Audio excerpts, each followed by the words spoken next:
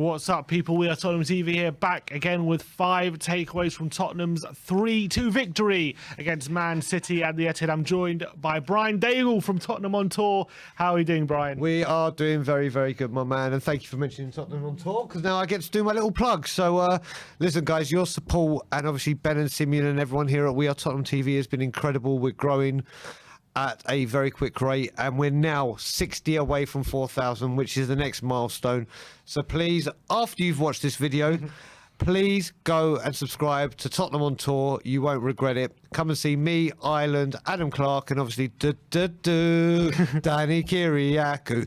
So yeah, come and join us at Tottenham on Tour. And now back to the festivities of a fantastic 5 takeaway. Brilliant. Nice one, Brian. Yeah, go over and check out Tottenham on Tour after this video. But let's get into the takeaways. And the first takeaway is Magical KANE.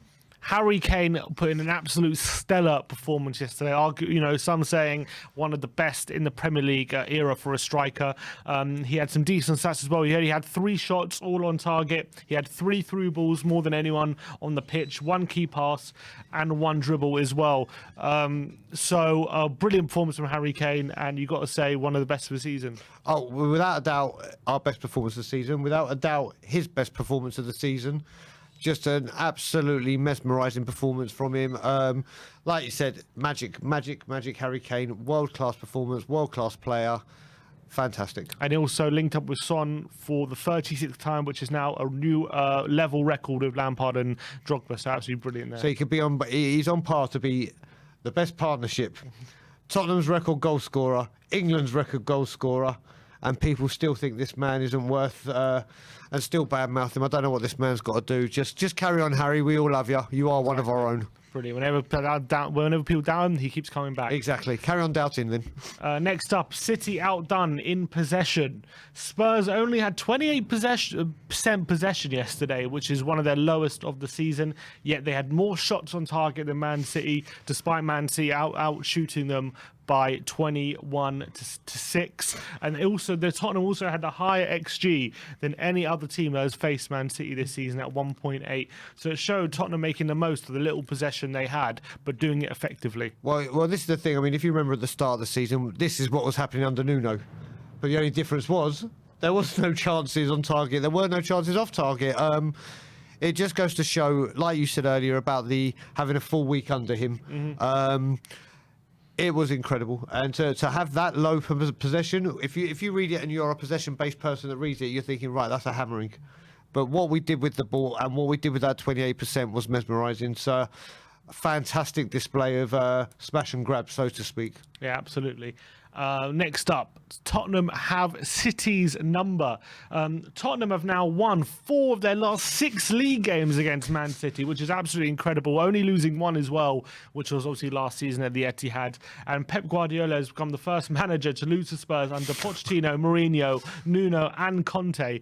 So Pep must be absolutely sick of the sight of us now. He must be, but not even including the Champions League, what happened there. Yeah, I mean, he must be, but it's only us that have changed 4 managers. Yeah, true. So it's a great one for us, but yeah, it's incredible. And when it comes to having their number, mate, can we play you every week? It's not a bad bogey team to have. These records keep coming for us against Manchester City, and who would have thought it? Who would have thought under any stretch of the imagination that we would be the team that they just don't know what to do with us? It's incredible, and we've definitely got their number, their letter, their shape, their colour, everything you want to mention. We own it. It's long may it continue. Yeah, absolutely brilliant stuff.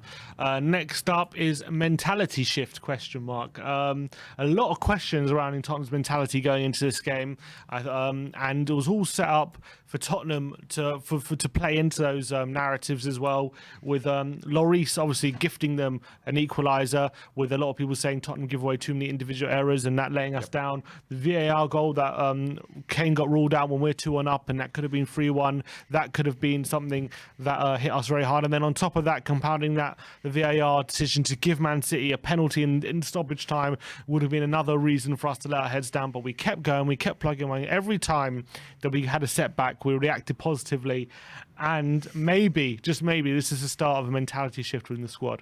So do you know what? I'm going to put my hands up now, because I was one of those people that was blatantly saying the mentality is shot to bits, but boy, what a way to be proved wrong. And I will always say that I will say I'm wrong when I'm wrong, and boy, was I wrong. I'm very happy to be wrong. The mentality shift, it's a start. Like I said, what everyone has said as well. I saw a tweet that I responded to as well, and someone said after the game, is it concerning that I'm worried about Burnley now? And that's the thing with us and our mentality. But if we can get 6 points from the next 2 games, then you can say, right, this mentality is here to stay. I think it's a very, very positive push in the right way for confidence to go to the runaway champions or runaway leaders and current champions. And let's face it, probably the best team in Europe right now. How can that not give you confidence? Definitely. And last but not least is new life in the race. And after 3 consecutive defeats, we needed to get something out of this game to get us back in this top 4 race. And now with a victory, the position, look, the table still doesn't look great. We're 7 points behind 4th with 3 games in hand. So still a lot of work to do. We've obviously got in a very good position though against West Ham now with 3 games in hand and only 3 points behind. So we're good there. But, you know, if we would have lost this game, that would have been 10 points behind. And all of a sudden, there would have been a massive gap and they could have start getting away from us. But now, thankfully, we've got one of our hardest game of the season out of the way with a victory, and we can now look into the rest of the season with opportunities to claw our way back into the race, as opposed to just staying the distance and trying not to get too big. So I think this victory hopefully will breathe new life into this top 4 race for us. It's like you said, the table doesn't look good, but it could have looked a hell of a lot worse. Yeah. If we hadn't taken 3 points, it could have looked a hell of a lot worse. And like you said, this is where that mentality, what we spoke in the previous point, comes in. It's given new life into where we are and where we could be. Hopefully 4 and 5 bleed into each other in the key takeaways, because I would honestly say if you take the 6 points, then it's not only injected new life into the title or into the race, it's had a major heart attack and a major shock into the system. We've got to get these points, and like you said, not only to the top 4 race, it's opened up the championship. This Premier League race that looked like it was done and dusted, and the top 4 looked assured. Well, now that's just had a huge jolt in the, oh wait a minute, we're not done yet. So let's just hope. I'm hoping we look back at this performance and think this was the catalyst to a lot of stuff that goes right for us, because things did start looking like they were starting to go wrong for us. But let's hope we can look back at this in a 6 months or a year's time and think this was the start of it all. Completely, totally, I agree. That's the perfect way to round it up. Perfect. All right. Brian, thank you for joining me yet again for another 5 takeaways and all the streams and everything, and joining me yesterday for the game as well. Absolute pleasure. Everyone go check out Tottenham on Tour if you haven't already, and go over, subscribe. Thank you everyone for joining us. Like, subscribe and comment, and as always, come on you Spurs.